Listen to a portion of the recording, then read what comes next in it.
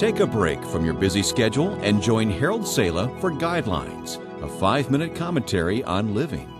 It is often difficult for adults to understand the thinking of a youth, especially in relationship to the dark side of adolescence. Just a phase he or she's going through, parents and others often think or say, not realizing the reality that vast numbers of youth today feel life is no longer worth living and entertain suicidal thoughts. The tragic reality is that suicide is the second leading cause of death for ages 10 to 24. Yet 4 of 5 who take their lives do exhibit signs of desperation, signs often overlooked. As the result of counseling and working with numerous families who have experienced youthful suicides, I can isolate 4 factors that I believe contribute to the desperation of youth resulting in suicide today. Factor number 1 is inexperience. As an older adult, you have faced challenges and some pretty tough situations in your life, and some way with God's help and perhaps the help of others, you made it, you got through your valley. As a result, when you face problems that seem insurmountable, you don't quit, you don't give up, you hang on and trust God. But kids today have not been through the despair of Vietnam or Iraq. When they are confronted with loss or tragedy or depression, they feel there is no way out and often despair of life itself. Factor number 2, the inability of youths to live up to their parents' expectation. This is especially true where families have high standards, and entrance exams mean the end of the educational road if they're not passed.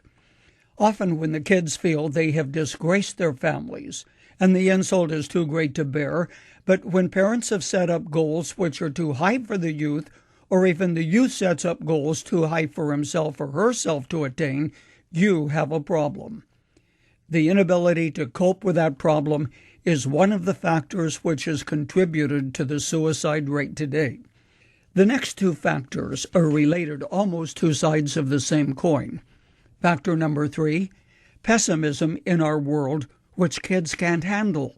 And factor number 4, a lack of faith, which offsets despair and despondency.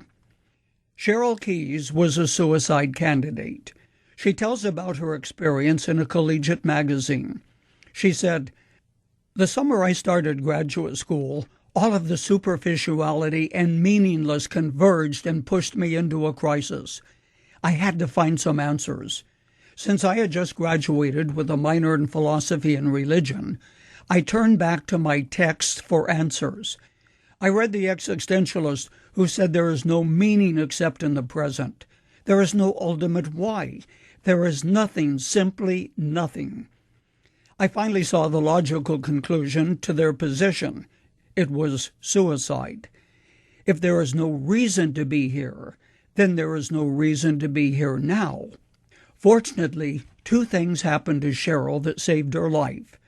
The first was that she discovered C.S. Lewis and found a God who was holding everything together in a plan far bigger than she could see.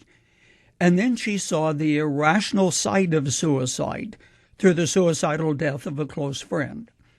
Despair is reversed by even the slightest faith in God that looks far beyond the circumstances of life. It is this that gives you the assurance that life is meaningful because God yet lives and answers prayer.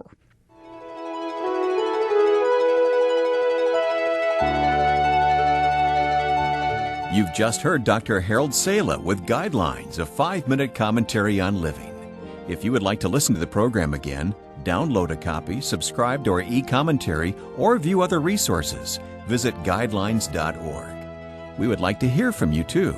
You can email us at info@guidelines.org. That's info@guidelines.org. Thanks for listening, and we invite you to join us again for the next edition of Guidelines.